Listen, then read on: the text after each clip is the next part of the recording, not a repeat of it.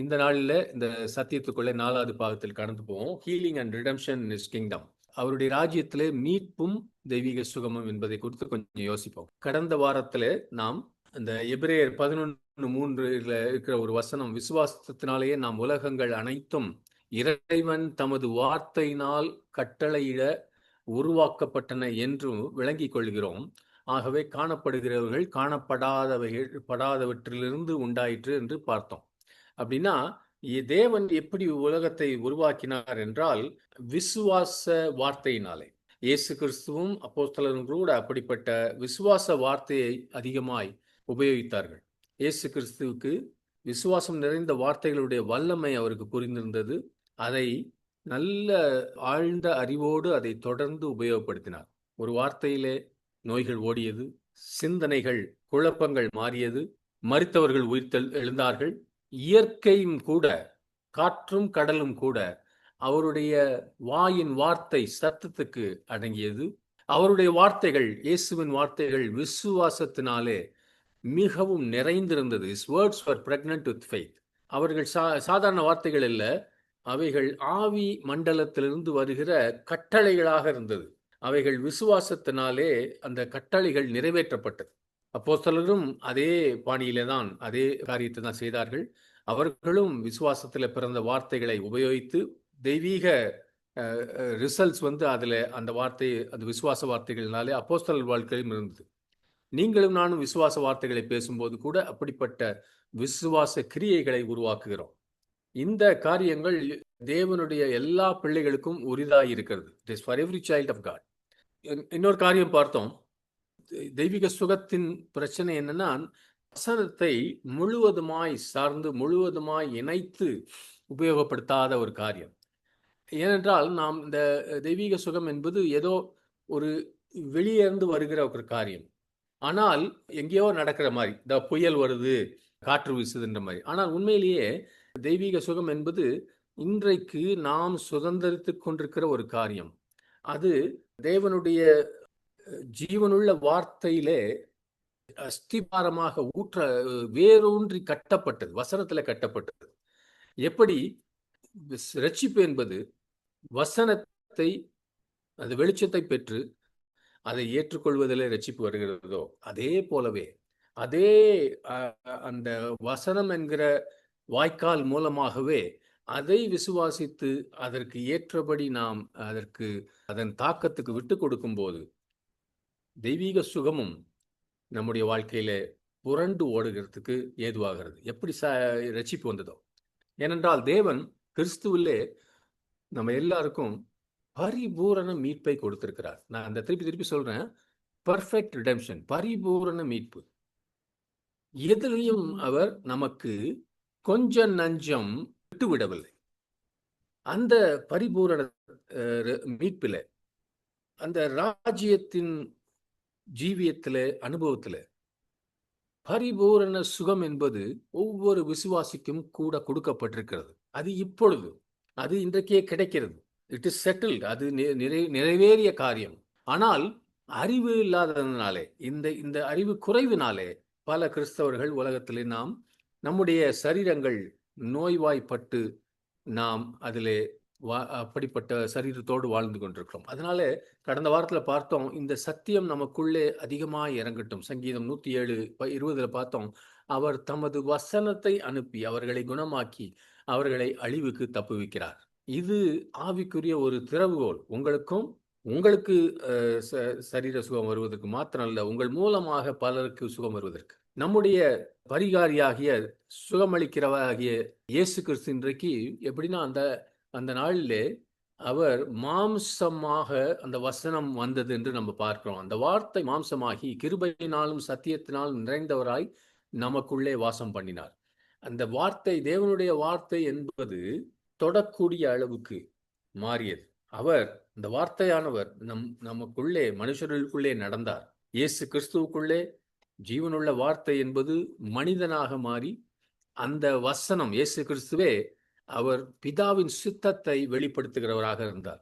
பிதா அவருடைய வாழ்க்கையில பிதா தன்னுடைய சித்தத்தில் என்ன செய்ய விரும்புகிறார் என்பதை நீங்க புரிந்து கொள்ள வேண்டும் என்றால், இயேசு கிறிஸ்து என்ன செய்தார் என்று பாருங்கள். ஏனென்றால் அதுதான் பிதாவின் சித்தம் உலகத்திலே நடந்தது.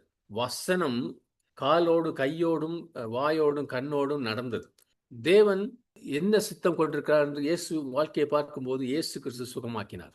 ஒரு தடவை கூட ஒரு வியாதியஸ்தனை பார்த்து நீ இப்படித்தான் இருக்க வேண்டும் என்பது தேவனுடைய சித்தம் என்று அவர் சொல்லவே இல்லை. அவர் ஆயிரக்கணக்கான குணமாக்கினார், தனிப்பட்ட மனிதர்களை குணமாக்கினார், நன்றி உள்ளவர்களை குணமாக்கினார், நன்றி இல்லாதவர்களை குணமாக்கினார். அந்த வசனம், தேவ வசனம் இன்றைக்கும் நம்மோடு இருக்கிறார். எப்படின்னா அது பரிசுத்த ஆவியானவர் எழுதப்பட்ட வசனமாக நம்ம மத்தியில இருக்கிறார். இயேசு கிறிஸ்து சொன்னார், நான் உங்களுக்கு சொல்லுகிற வசனங்கள் ஆவியாகவும் ஜீவனாகவும் இருக்கிறது. மத்தேயு 15 கடந்த வாரத்தில் பார்த்தோம், 29 31 வருஷம் வரைக்கும் பல விதமான வியாதியஸ்தர்கள் இயேசு கிறிஸ்துவிலே கொண்டு வரப்பட்ட போது அவர்களை எல்லாரையும் குணமாக்கினார். அதே போல இயேசுவின் வார்த்தையை, தேவனுடைய வார்த்தையை இன்றைக்கு நாம் பேசும்போது நம்முடைய வாழ்க்கையில நாம் இயேசு கிறிஸ்துவை உபயோகிக்கிறோம். அவருடைய சிலுவையில முடித்த கிரியையை உபயோகித்து சுகத்தை கொண்டு வருகிறோம். வசனத்தை பேசும்போது அதான் அர்த்தம். இந்த மந்திரம் தந்திரம் இல்லை, உண்மையிலேயே இயேசுவையே பேசுகிறோம். இயேசுவின் முடித்த கிரியையை நாம் இந்த இடத்துல உபயோகப்படுத்துறோம். நாம் இயேசுவின் நாமத்திலே சுகமாக்கும் போது நாம் மாம்சமாகி வந்த அந்த வார்த்தையானவரை நாம் ஒரு இடத்துல அப்ளை பண்ணுகிறோம், அவரை அங்க வைக்கிறோம். கடந்த வாரத்துல கூட பார்த்தோம், குறிப்பாக 2 விதமான கிறிஸ்தவத்துல 2 விதமான வியூகங்கள் இருக்குது தெய்வீக சுகத்தை குறித்து. முதலாவது சுகம், தெய்வீக சுகம் என்பது ஒரு ஆப்ஷன். ஒருவேளை நீங்க பெற்றுக்கொள்ளலாம், பெறாமல் இருக்கலாம். அது உண்மையிலே அப்படி அந்த ஒரு இறையியல்ல என்ன சொல்லி கொடுக்குறாங்கன்னா, சுகம் என்பது, தெய்வீக சுகம் என்பது இது கிறிஸ்துவின் மீட்பின் கிரியை அல்ல, அதுல உண்மையானதல்ல. ஆனால் நாம் அதிகமாய் விசுவாசத்தை பிடித்து கொண்டால் ஒருவேளை நமக்கு கிடைக்கும். இது கிடைக்கக்கூடிய ஒரு ஆப்ஷனல் பெனிஃபிட். இது இயேசு கிறிஸ்துவினால சம்பாதிக்கப்பட்ட சுதந்திரம் இல்லை என்று அவர்கள் நம்புகிறார்கள். அந்த போதனையிலே, அந்த இறையியல்ல நம்புறது, சுகம் என்பது ரட்சிப்பிலிருந்து பிரித்தெடுக்கப்பட்டது. இது சிலுவையின் வேலையில எந்த விதத்திலும் கேரண்டி ஆகல. ஒருவேளை தேவன் உங்களை குணமாக்குவாரா இல்லையா, உங்களுக்கு சுகத்துக்கான ஒரு விசேஷ விசுவாசத்தை கொடுப்பாரா இல்லையா என்பது தேவனை பொறுத்தது என்று போதிக்கிறது. இப்படி பிரித்து கொள்வது தெய்வீக சுகத்தையும் ரட்சிப்பையும் பிரிக்கிறது. வசனத்துல நமக்கு அந்த ஆப்ஷனே கொடுக்கறது இல்லைன்னு இன்றைக்கு கற்றுக்கொள்ள போகிறோம். 2வது வியூகம், இது வேதத்தை அதிகமாய் சார்ந்தது. Healing is in the atonement. இயேசு கிறிஸ்துவின் பலியிலே தெய்வீக சுகமும் அடங்கியிருக்கிறது. இது வசனத்தின் அடிப்படையிலே இது என்ன போதிக்கிறது என்றால், தெய்வீக சுகம் இயேசு கிறிஸ்து பலியாகி தன்னை கொடுத்த போது அதிலே அடங்கியிருக்கிறது. அது சிலுவையிலே இருந்து பிரித்தெடுக்கப்பட்டதல்ல. அது ஒருவேளை தேவன் நமக்கு செய்வார் என்று ஒரு நம்பிக்கையாயிருப்பதல்ல, அவர் ஏற்கனவே நமக்கு செய்து விட்டது. அதுதான் இந்த 2வது குரூப் நம்ம நம்புறாங்க. எந்த நாளிலே உங்களுடைய என்னுடைய பாவங்கள் மன்னிக்கப்பட்டதோ, அந்த பாவ மன்னிப்புக்காக இயேசு கிறிஸ்து பலியாகி நம்ம ரத்தத்தினால வாங்கினாரோ, அதே நாளில் நமக்கு தெய்வீக சுகத்தையும் ஆண்டு வாங்கியிருக்கிறார். அதே சிலுவையில, அதே ரத்தத்தினால, அதே பலியினால் நாம் கற்றுக்கொண்டோம். மனுஷன் ஆதியிலே தேவனுடைய சாயலில் சிருஷ்டிக்கப்பட்ட போது அவன் முழுமையான எந்த பழுதும் இல்லாமல் சிருஷ்டிக்கப்பட்டான். அதனால்தான் வியாதி என்பது தேவனுடைய டிசைன்ல, அது உண்மையான ஒரு அதனுடைய அங்கம் கிடையாது. தேவன் வியாதியை சிருஷ்டிக்கவில்லை, டிசைன் பண்ணல. அது ஆவிக்குரிய மனுஷனுடைய பாவத்தினால் ஆவிக்குரிய மரணத்தினால அதனுடைய ஒரு விளைவாக வந்தது. அதனால்தான் பார்த்தா வியாதி என்பது அதனுடைய ரூட், அதனுடைய வேரை பார்க்கும்போது, sickness is a spiritual problem with a spiritual origin. வியாதி என்பது ஒரு ஆவிக்குரிய பிரச்சனை, அதற்கு ஆவிக்குரிய மூலாதாரம் இருக்குது. அதனால இன்னைக்கு எல்லாம் யாரெல்லாம் சிக்கா இருக்காங்களோ அவங்க எல்லாம் பாவிகள்னு சொல்ல, ஆனால் அந்த வியாதியின் மூல காரணம், எப்படி கோவிட் ஒரு இடத்துக்கு வந்தபோது அது அந்த அந்த இடத்துல ஒரு லேப்லேருந்து அந்த வைரஸ் ஆரம்பிச்சிச்சோ, அல்லது அதுக்கு முன்னால கூட அந்த பேட்ஸ்லேருந்து வந்துச்சோ, எங்கேயோ வந்துச்சு. அதுபோல இந்த வியாதி என்பது ஆவிக்குரிய ஒரு பிரச்சனை, அதுக்கு ஆவிக்குரிய ஆதாரம், மூலாதாரம் இருக்கு. வியாதி என்பது பாவத்தினாலே வந்ததுனாலே, அந்த வியாதியை நாம் பாவத்தை முழுவதுமாய் அதை களையும் போதுதான் அதை முழுவதுமாய் நாம் வியாதியை நீக்க முடியும். That is why healing must be in redemption. அதனால்தான் மீட்புக்குள்ள இந்த தெய்வீக சுகமும் அடங்கியிருக்க வேண்டும். எந்த டாக்டர்ஸாலையும் எந்த வியாதியையும் வேரோடு கழற்றி எழிய முடியாது. அது மீட்பின் வேலை. ஏனென்றால் வியாதி என்பது சாத்தானுடைய கிரியை. அது வியாதி ஒருவருக்குள்ள வரும்போது என்ன ஆகுதுன்னா, நம்முடைய மனுஷ சரீரத்துல மரணம் என்பது கிரியை செய்ய ஆரம்பிக்குது. உடனே இல்ல, ஒரு தும்மல் வந்தா கூட அப்படின்னு அர்த்தம் இல்லை. ஆனா அது அது மரணத்துக்கு ஏதுவான காரியங்கள் ஆரம்பிக்குது. அதனால்தான் தேவன் இந்த வியாதிகளை குணமாக்க அவரே சரியான, இயற்கையான, லாஜிக்கலான ஒரு பரிகாரி. ஏனென்றால் வியாதி சுகமடைவதற்கு நாம் தேவனுடைய கரத்தை முறித்து அவரை ரொம்ப கண்டிப்பாக இழுத்து வந்து அவரை நம்ம சுகமாக்க வைக்க வேண்டும் என்று அல்லவே இல்லை. தேவன் ஏற்கனவே கிறிஸ்துவ மூலமாக அதை நமக்கு தந்து விட்டார். நாம் தேவனுடைய ராஜ்யத்தில் நுழையும் போது அவருடைய ராஜ்யம் நமக்குள்ள நுழையுது.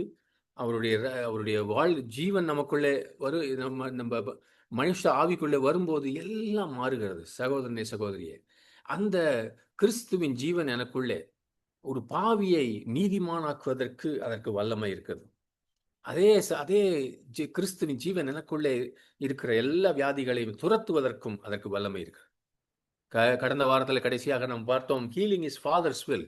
தேவனுடைய ராஜ்யத்தில் எப்படி ஒருவனும் கூட நாம் கையோ காலோ சரியாக விளங்காதபடி அவர் சிருஷ்டிக்கவில்லை. ஆனால் ஆதாமினுடைய பாவத்தினாலே நம்முடைய சரீரம் பிறந்த நாளிலிருந்தே அந்த பாவத்தினுடைய சாபத்தினுடைய தாக்குதல் இருந்ததுனால நாம் தினந்தோறும் கொஞ்சம் கொஞ்சமாக நம்முடைய சரீரம் அழிந்து கொண்டிருக்கிறது. ஆனால் நாம் தேவனுடைய ராஜ்யம் வருவதாக என்று பிதாவினிடத்தில் கேட்கும்போது அந்த சிருஷ்டிப்பின் ஆதியில இருந்த சிருஷ்டிப்பின் பரிபூரணத்துக்கு என்னை அழைத்து செல்லும் என்று ஜெபிக்கிறோம். நமக்குள்ள இருக்கிற சரீரத்தில் இருக்கிற எந்த விதமான களங்கங்கள், பலவீனங்கள், நகராத கை, திறக்காத கண், இவைகளுக்கெல்லாம் தேவனுடைய ராஜ்யத்திலே இடமில்லை. நான் ஜெபிக்கும் போது உம்முடைய சித்தம் பரமண்டலத்திலே செய்யப்படும் போது பூமியில் செய்யப்படுவதாக என்று ஜெபிக்கும் போது எனக்குள்ளே ஒரு நல்ல ஒரு தீர்மானம் இருக்கணும், நல்ல ஒரு ஐடியா இருக்கணும், நல்ல ஒரு கன்விக்ஷன் இருக்கணும். எந்த சரீரத்தின் உள்ள செல்லு கூட எதுலையும் இருக்கிற எந்த பலவீன காரியமும், சரியாக இயங்காத எந்த காரியமும் அவருடைய சித்தத்திலே இடமில்லை, அவருடைய ராஜ்யத்திலே இடமில்லை. இயேசு கிறிஸ்து உங்களுக்கும் எனக்கும் வேற எந்த ஆப்ஷனையும் வைக்கல.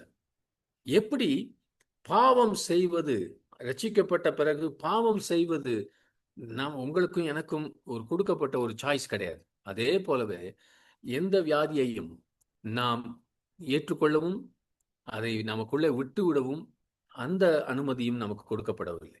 எந்த அளவுக்கு நான் பாவ பழக்க வழக்கங்களை வெறுக்கிறேனோ, உதறி தள்ளுகிறேனோ, அதே போலவே என்னுடைய சுகமாக்கும் ஊழியமும் அப்படிப்பட்ட அதே அளவுக்கு ஒரு வெறுப்பு இந்த காரியங்களை கொடுத்து எதிர்த்து இருக்கிற ஒரு அந்த அஸ்திபாரமான ஒரு தீர்மானத்தோடு ஆரம்பிக்க வேண்டும். ஏதோ ஆண்டவர் செஞ்சா செய்வார், செய்யலன்னா இல்லை, அவருடைய சித்தமா, இப்படி ஆச்சா முச்சால் இருக்கும்போது அங்க ஆரம்பிக்கிறதே.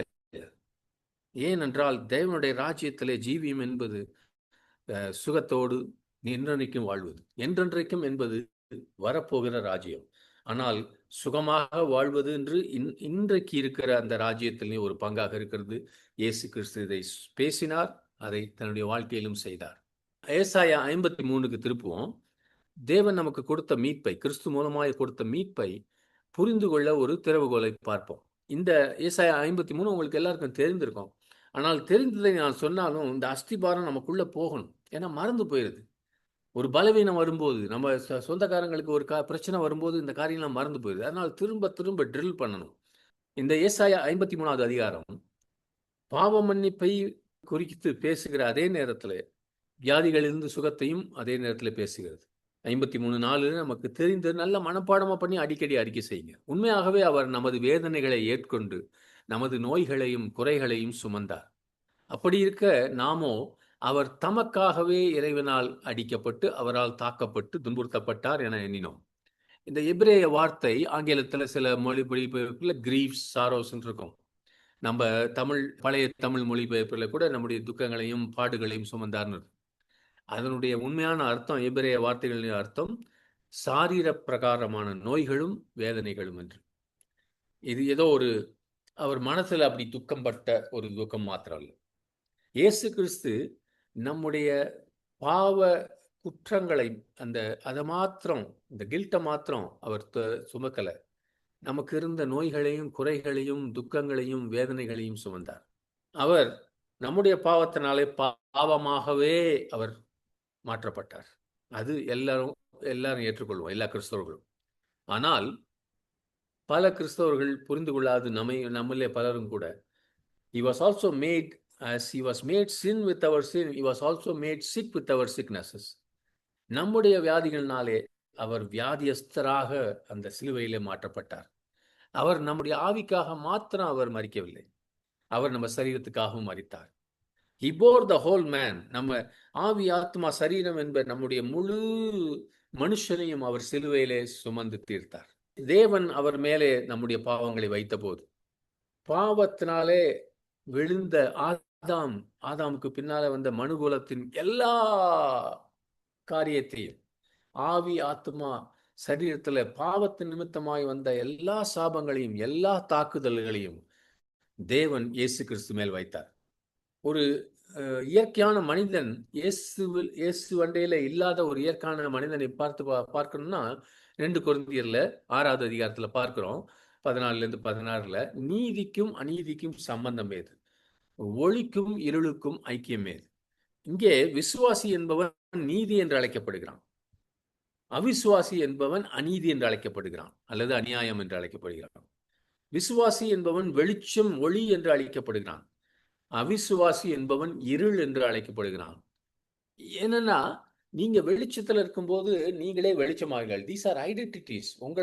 உங்களுக்கு இருக்கிற அந்த ஐடென்டிட்டி அதே போலவே எப்படி வியாதியஸ்தன் என்பவன் வியாதியை வைத்திருக்கிறவன், அந்த வியாதியையே வெளிக்காட்டுகிறவன். ஒரு குஷ்டத்தை பத்தி நம்ம பார்க்கணும்னா ஒரு குஷ்டரோகியை பார்க்கணும், இதுதான் குஷ்டம் என்று சொல்லுவோம்.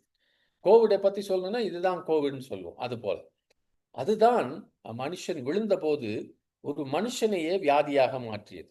Man became one with what had entered him. தனக்குள்ளே நுழைந்த காரியங்கள், பாவம் நுழைந்ததா அவன் பாவியாக மாறினான், வியாதி நுழைந்ததா வியாதியாக மாறினான், மரணம் நுழைந்ததா அவன் மரணமாக மாறினான். ஆமென். அந்த அந்த அந்த ஒரு நிலைமையில இருந்து, அதனாலதான் இயேசு கிறிஸ்து இந்த முழு மனிதனையும் அவர் சிலுவையில சுமந்து, ஏனென்றால் முழு மனிதனும் ஆவி ஆத்மா சரீரம் மூன்றுமே இந்த பாவத்துக்கும் மரணத்துக்கும் அடிமையாக இருந்தது, கட்டில இருந்துச்சு. அதை அவர் விடுதலை செய்யணும்னா மூன்றையும் அவர் சுமக்கணும். இந்த விசுவாசி என்பவன் இயேசுவோடு இணைந்திருக்கிறவன் மாத்திரம் அல்ல, அவன் இயேசுக்குள்ளே இருக்கிறான், கிறிஸ்து அவனுக்குள்ளே இருக்கிறார். கொடியானது செடியிலே, திராட்சை செடியிலே அங்கமாயிருக்கிறது. அதே போலவே விசுவாசியும் இயேசு கிறிஸ்துவின் சரீரமாக இருக்கிறான். 1 யோவான் 3:10 பார்க்கிறோம், மனுகுலம் ரெண்டே குரூப்பா தான் பிரிக்கப்பட்டிருக்கிறது. தேவனுடைய பிள்ளைகள், சாத்தானுடைய பிள்ளைகள். The children of God and the children of the devil. அதுல நடுவுல ஒண்ணும் கிடையாது.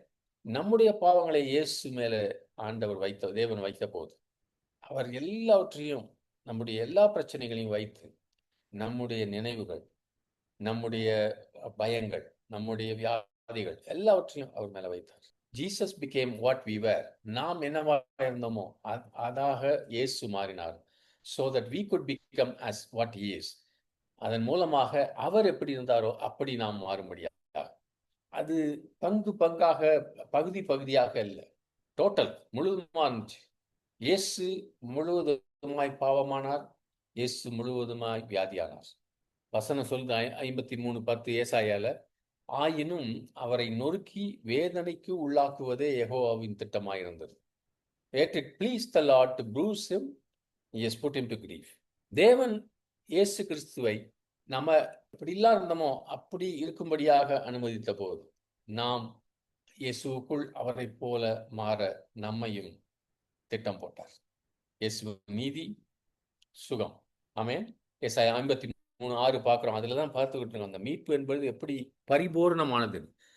ஏசாயா 53:6, நாம் எல்லாரும் ஆடுகளை போல வழி தவறி அலைந்தோம், நம்முடைய சொந்த வழிக்கே திரும்பினோம். யெகோவா நம் எல்லாருடைய அநியாயத்தையும் அவர் மேல் சுமத்தினார். ஆமென், ஆமென். இதில் நல்லா பார்த்தீங்கன்னா, எந்த விதமான அநியாயம் என்று இதில வித்தியாசமே இல்ல. எல்லாத்தையும் சுமத்தினார். ஆவிக்குரிய அநியாயங்கள், சரீரத்தில வருகிற எல்லா விதமான வேதனைகள். இவை லெய்ட் அப்படின்னா அவர் மேல சுமத்தினார் என்று சொல்லும்போது, அது சட்டப்பிரகாரமான ஒரு வார்த்தை. அப்படின்னா, அது ஒருவரிடத்துல அக்கவுண்ட்ல இருக்கிற பணத்தையோ, ஆனா அக்கவுண்ட்ல இருக்க காரியம் எடுத்து இன்னொரு அக்கவுண்ட்ல போடுறது. அதான் அந்த வார்த்தையோட அர்த்தம். நம்மகிட்ட என்னென்ன தப்பா இருந்துச்சோ, அது எல்லாம் இயேசுவினுடைய அக்கவுண்ட்க்கு ட்ரான்ஸ்ஃபர் பண்ணிட்டார். இயேசு கிட்ட என்னெல்லாம் சரியாக இருந்துச்சோ, அதெல்லாம் நம்ம அக்கவுண்ட்க்கு கொண்டு வந்துட்டார். இதற்கு பேர் தான் சகோதரனே, சகோதரியே மீட்பு என்பது. மீட்பு, ரிடெம்ப்ஷன். ரட்சிப்புன்னா நம்மள உயிரோடு கிளப்புறது. மீட்புன்னா நம்ம அப்படியே அந்த கடன் கிடன் எல்லாத்தையும் எடுத்துட்டு, ஒரு காரியத்தை கொடுத்து இன்னொரு காரியத்தை சரி வாங்குறது. ஸோ இந்த ஒரு காரியத்தை தயவுசெய்து எல்லாரும் கவனிங்க. இருதயத்தில கை வச்சு நீங்க ஏற்றுக்கொள்ளுங்க. Let the matter be settled in your heart forever. என்னுடைய இருதயத்தில இந்த காரியம் எப்பொழுதும் இதிலே நிலைத்திருக்கட்டும். தெய்வீக சுகம் என்பது அவருடைய பலியிலே அடங்கி இருக்கிறது. அது போனஸ் கிடையாது. அது ஒரு ஏதோ எக்ஸ்ட்ராவா வந்தது இல்ல. அது இயேசுவின் இரத்தத்தினாலே வாங்கப்பட்ட ஒரு உரிமை. It's a blood bought right. இது ஏதோ அவ்வப்போது நடக்கிற ஒரு அற்புதம் அல்ல. It's not an occasional miracle. இயேசுவின் சிலுவையிலே முடித்த கிரியையிலே நாம் எதிர்பார்க்கக்கூடிய ஒரு கனி. It is the expected fruit of Christ finish work. எந்த சிலுவை பாவத்தின் வல்லமையை உடைத்ததோ, அதே சிலுவை தான் வியாதியின் வல்லமையும் உடைத்தது. எந்த தழும்புகள் நமக்கு சமாதானத்தை உண்டு பண்ணியதோ, அதே தழும்புகள் தான் நமக்கு தெய்வீக சுகத்தையும் வாங்கியது. அதனால்தான் நம்ம எந்த அளவுக்கு நாம் ரட்சிக்கப்பட்டோம் என்ற நிச்சயத்தோடு நாம் உரிமையோடு சொல்ல முடியுமோ, அதே உரிமையோடு நான் சுகமானேன் என்று அறிக்கை செய்ய முடியும். Just as surely as we have the right to call ourselves saved, we have the right to call ourselves healed. Amen. Amen. இந்த மீட்பிலே வருகிற இந்த ரட்சிப்பை, பூரண ரட்சிப்பை, பூரண சுகத்தை நாம் அதிகமாய் தியானிக்கிறோம். தேவனுடைய மெத்தட் என்னன்னா, சப்ஸ்டிடியூஷன். ஒருவருக்கு பதிலாக இன்னொருவர். நான் ஏற்கனவே சொன்னேன், Jesus was made sick with our sicknesses. நம்முடைய வியாதியினாலே அவர் வியாதியை பெற்றார். உங்களுக்கு கேன்சர் இருந்துச்சுன்னா அவர் மேல அந்த கேன்சர் புண்ணுகள் வந்துச்சு, உள்ள வந்துச்சு, வெளியே வந்துச்சு. கிட்னி ப்ராப்ளம்னா அவருடைய கிட்னி அஃபெக்ட் பட்டது. அதே போல நம்முடைய பாவத்தினாலே அவர் பாவமானார், நம்முடைய சாபத்தினாலே அவர் சாபமாகவே மாறினார். அது தேவனுடைய தெய்வீக திட்டம், அது ஸ்ட்ராட்டஜி. அவர் நித்தியத்தில் பாவத்தையும் சாபத்தையும் வியாதியையும் முழுமையாக பெர்மனண்டாக எடுத்து போட, எந்த ஒரு பிரச்சனைகளிலே மனுகுலம் ஆதாம் விழுந்த நாட்களிலிருந்து கஷ்டப்பட்டு கொண்டிருந்ததோ அதையெல்லாம் ஒன்ஸ் ஃபார் ஆல் அதை முடிக்கும்படியாக தேவன் அவருடைய திட்டம், அவருடைய ஸ்ட்ராட்டஜி. தேவனுடைய ஞானம் என்பது நம்முடைய ஞானத்தை விட மிகவும் அனந்த ஞானம். அவருடைய ஞானத்தில் அவர் இப்படி ஒருவருக்கு பதிலாக இன்னொருவர் என்ற ஒரு காரியத்தை தேர்ந்தெடுத்து கொண்டார். வேற விதமாய் பண்ணியிருக்கலாம், ஆனா அதெல்லாம் தேவன் செய்யல. இதுதான் செஞ்சார். அவர் தேர்ந்தெடுத்தது என்னன்னா, இந்த குற்ற நிவாரணம், சாபம், ஆதாமின் மீறுதலினால வந்த எல்லா விதமான தாக்கங்களும், அதனுடைய பலன்களும், இவைகளெல்லாம் பாவமே இல்லாத ஒரு சப்ஸ்டிடியூட், ஒரு பரிகாரி அவர் இவைகளெல்லாம் முழுவதுமாய் ஏற்றுக்கொள்வார் என்ற ஒரு திட்டம். அவர் சட்டப்படி, தேவனுடைய சட்டப்படி நம்முடைய இடத்தை எடுத்துக்கொள்வார். அவர் நாம் சுமக்க வேண்டியதை அவர் முழுவதுமாய் சுமந்து கொள்வார். அந்த சப்ஸ்டிடியூட் பேர் தான் இயேசு கிறிஸ்து. அவரே நமக்கு பதிலாக வந்தவர்.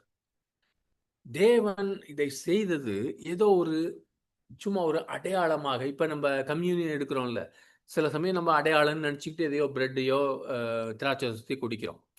many of us think it's symbolic. ஆனால் தேவன் கிறிஸ்துவிலே நமக்காக சிலுவையில் செய்தது ஒரு அடையாள பூர்வமானதல்ல. அது ஏதோ ஒரு தத்துவ ரீதியாக கொடுத்ததல்ல. அது ஒரு மத ரீதியாக செய்ததும் கூட இல்லை. இட் வாஸ் ரியல், அது உண்மையானது. இட் வாஸ் டான்ஜிபிள், அது தொடக்கூடியது. இட் வாஸ் லீகல், அது சட்டபூர்வமானது. அண்ட் இட் வாஸ் ஃபைனல், அது முழுமையாய் முடிந்த ஒரு காரியம்.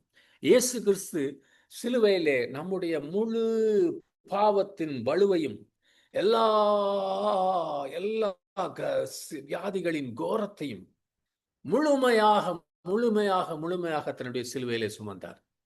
அவர் தன்னுடைய சொந்த சரீரத்திலே சிலுவையிலே அவை இரண்டையும், இந்த முழு மனுகுலத்தின் பாவங்களையும் சாபங்களையும் வியாதிகளையும் முழுவதுமாய் ஏற்றுக்கொண்டார். அதை செய்ததுனாலே அவர் இந்த பாவம் என்கிற பிரச்சனையின் அடிவேரான காரியத்தை, அந்த பிரச்சனையே அக்வேராக ஆணிவேராக அதை ஏற்றுக்கொண்டு அதை முடித்து விட்டார். அப்படி என்றால் என்ன அர்த்தம்? தேவனுடைய கண்களிலே இந்த உலகத்தை பொறுத்தவரையிலே இனிமேல் பாவம் என்கிற ஒரு பிரச்சனை இருக்க தேவையில்லை. ஏனென்றால் பாவ பிரச்சனை என்பது ஏற்கனவே அவரை பொறுத்த வரைக்கும் அதை விசாரித்து, அதை நியாயம் தீர்த்து, அதை தன்னுடைய குமாரனாகிய இயேசு கிறிஸ்துவின் இரத்தத்தினாலே அதை உலகத்திலிருந்து அகற்றியும் விட்டார். நித்தியத்துக்கான அந்த நியாய தீர்ப்பின் எல்லா காரியங்களும் அங்கு நிறைவேறப்பட்டு விட்டது. அதனுடைய எல்லா தண்டனைகளும் முழுமையுமாய் அவர் இயேசு செலுத்தி விட்டார். இயேசு வெறுமனே மரிக்கவில்லை. He satisfied the justice of heaven. பரலோகத்தின் நியாயத்தை, நீதியை அவர் முழுமையாய் திருப்திப்படுத்தினார். நம்ம மேல எல்லார் மேலையும் விழப்போகிற கடைசியில நித்திய அந்த நியாய தீர்ப்பு என்பது நம்ம மேல விழ வேண்டியது இயேசு கிறிஸ்து மேல விழுந்தது. உண்மையிலே நம்புங்க பிரதர், நம்புங்க, இது நடந்தது. இல்லாட்டி உங்களுக்கும் எனக்கும் பரலோகத்தை குறித்து ஒரு நிமிஷம் கூட நமக்கு நம்பிக்கை இருக்க முடியாது. உண்மையிலே செய்தார் அதை தேவன். தேவனை பொறுத்த வரைக்கும் பாவம் என்பது ஃபினிஷ் ஆயிடுச்சு. அப்ப பாவம் என்பது ஒரு பிரச்சனை இல்லை. இன்னைக்கு இது பாவி என்கிறவனுடைய பிரச்சனை. It is not the sin problem, it is the sinner problem. ஏனென்றால் பாவத்தை ஏற்கனவே இயேசுவின் ரத்தம் கழுவி சுத்திகரித்து விட்டது. ஆனால் ஏன் இன்னும் மனுஷர்கள் பாவத்தில் இருக்கிறாங்கன்னா, இயேசு கிறிஸ்து தனக்காக என்னத்தை செய்தார் என்பதை சரியாக அல்லது கொஞ்சம் கூட தெரியாம கூட இருக்காங்க, முழுமையுமாய் தெரியாம இருக்கிறாங்க. பாவத்துக்கு வல்லமை இருக்கிறதுன்னு அர்த்தம் இல்ல. மனிதர்கள் தங்கள் மீட்பை குறித்த ஒரு அறியாமையிலே இருக்கிறார்கள். புரியுதா? If they knew what Christ accomplish, இயேசு கிறிஸ்து எதை செய்தார் என்று அவர்களுக்கு புரிந்திருந்தால் அதை அந்த பாவ மன்னிப்பை பெற்றுக்கொள்வாங்க. அதிலேயே நடப்பார்கள், அந்த நீதியிலே நடப்பார்கள். நல்ல நம்ம எல்லாருக்கும் அந்த அனுபவம் உண்டு. நம்ம எல்லாரும் விடுதலையாய் நடக்கிறோம். ஆனால் அந்த அந்த அந்த அறிவு இல்லைன்னா அவர்கள் அந்த பாவக்கட்டிலேயே இருக்கிறாங்க. அதே போலதான் there is no longer a sickness problem. உலகத்திலே தேவனுடைய பார்வையிலே வியாதி என்கிற ஒரு பிரச்சனை கிடையாது. என்ன பிரச்சனைனா விசுவாசியினுடைய அறிவில் இருக்கிற குறைவு. கிறிஸ்துவுக்குள்ளே தனக்கு இருக்கிற சுதந்திரம் என்ன, சொத்து என்ன என்பதை குறித்து அறிவு குறைவினால் இருக்கிறது. எப்படி பாவ மன்னிப்பு இருக்கிறதோ அதே போல தெய்வீக நம்முடைய சுகமும் நம்முடைய மீட்புல, அந்த மீட்பின் காரியத்துல, இந்த ரிடம்டிவ் பேக்கேஜ் அதுல அடங்கி இருக்கிறது. ஆனால் நம்மில் பலர் அதை சரியாக தெரிந்து கொள்ளாதனாலே நாம் தொடர்ந்து உபத்திரவத்துக்குள்ள போய் கொண்டிருக்கிறோம். நாம் தேவனிடத்திலே அவர் ஏற்கனவே கொடுத்ததை கேட்டு கேட்டு கதறி கொண்டிருக்கிறோம். ஏதோ இன்னொரு நாளைக்கோ ஒரு வருஷம் கழிச்சு அது வரப்போகுதுன்ற போல நாம் சுகத்துக்காக ஜெபிக்கிறோம். அதனால் உண்மையிலே அது என்னன்னா அது ஏற்கனவே முடிந்த காரியம். அதனால்தான் யோவான் ஸ்நானன் சொன்னான், இதை உலகத்தின் பாவத்தை சுமந்து இருக்கிற தேவ ஆட்டுக்குட்டின்னு சொன்ன போது அவன் ஏதோ ஒரு கவிதை சொல்லலை. அது உண்மையிலே இந்த இயேசு இப்பதான் ஞான ஸ்நானம் பெற்ற இயேசு, இவர் சகல மனுஷருக்கும் அவர் சுமந்து தீர்க்கிறவர், அவர் சப்ஸ்டிடியூட் அப்படின்னு சொன்னார். நான் பாவத்துக்கு மாத்திரம் இல்லை, வியாதிக்கும். அவர் ஒன்றை, இந்த பாவத்தை நமக்கு எல்லா மனுஷருக்காகவும் சுமந்தார் என்றால் அடுத்ததையும் வியாதியும் சுமந்தார். Sin and sickness have the same origin. திருப்பி சொல்றேன், பாவமும் வியாதியும் ஒரே இடத்துல தான் வருது. அதுல ஒரே மூல ஆதாரம் தான். அவைகள் பாவமும் வியாதியும் பரலோகத்துல பிறந்ததில்லை, பரலோகத்துல சார்ந்தது கிடையாது. அது தேவனுடைய இருதயத்திலிருந்து வந்ததில்லை. சாத்தானே பாவத்துக்கும் வியாதிக்கும் ஆசிரியனாயிருக்கிறான், ஆரம்பமாயிருக்கிறான். அவன்தான் திருடவும் கொல்லவும் அழிக்க வருகிறவன். பாவம் என்பது அவனுடைய விஷம், வியாதி என்பது அவன் அவன் அந்த விஷத்துக்கு சாட்சியாக காட்டுகிற ஒரு காரியம். ஆனால் வசனம் சொல்லுகிறது, இயேசு கிறிஸ்து பிசாசின் கிரியைகளை அழிப்பதற்கு வந்தார் என்று சொல்லி. சகோதரனே, நானும் நிச்சயமாய் நம்புகிறேன், நீங்களும் நம்பலாம். இது தேவனுடைய சித்தம், தேவனுடைய கிரமம், தேவனுடைய விருப்பம். என்னன்னா, ஒவ்வொரு விசுவாசியும் எந்த அளவுக்கு அவர் நீங்க பாவத்திலிருந்து விடுதலையாக இருக்க வேண்டும் என்று விரும்புகிறாரோ, அதே போலவே அவருடைய சித்தமும் கூட நீங்களும் நானும் முழுமையா வியாதியிலிருந்து வெளியே இருக்கணும். தேவனுடைய மனதில் இது ரெண்டுக்கும் வித்தியாசம் கிடையாது. எந்த இரத்தம் உங்களை அநியாயங்களிலிருந்து, அக்கிரமங்களிலிருந்து கழுவி இருக்கிறதோ, அது நம்முடைய வியாதியின் வேறாயிருக்கிற காரியத்தையும் எடுத்து போடுகிறது. எந்த இயேசு கிறிஸ்து நமக்காக பாவமாக மாற்றப்பட்டாரோ, அவர் நமக்காக வியாதியாகவும் மாற்றப்பட்டார். எந்த இயேசு கிறிஸ்து பாவத்தை ஜெயித்து உயிர்த்தெழுந்தாரோ, அவர் மரணத்தையும் வியாதியையும் ஜெயித்தும் உயிர்த்தெழுந்தார். ஹல்லேலூயா. God wants you just as free from the fear of disease as you are from the condemnation of sin. அந்த பாவத்தை குறித்த ஆக்கினை தீர்ப்பிலிருந்து எந்த அளவுக்கு நீங்க விடுதலையா இருக்கணும்னு நினைக்கிறீங்களோ, அந்த அளவுக்கு தேவன் நீங்க வியாதியை குறித்த பயத்திலிருந்து வெளியே வரணும்னு விரும்புகிறார். ஏனென்றால் ரெண்டுக்கும் அதை ஆரம்பிக்கிறவன் சாத்தான். அதே ரெண்டுமே நம்ம ஒரே இரட்சகராகிய இயேசு கிறிஸ்துவினாலே தோற்கடிக்கப்பட்டான். ஆமென். If you receive the gift of righteousness, நீதி என்கிற அந்த ஈவை நீங்க பெற்றிருப்பீர்களானால், இன்றைக்கு தெய்வீக சுகம் என்கிற அந்த உரிமையையும் நீங்க பெற்றிருக்கிறீங்க. ஹல்லேலூயா. ஆமென். நான்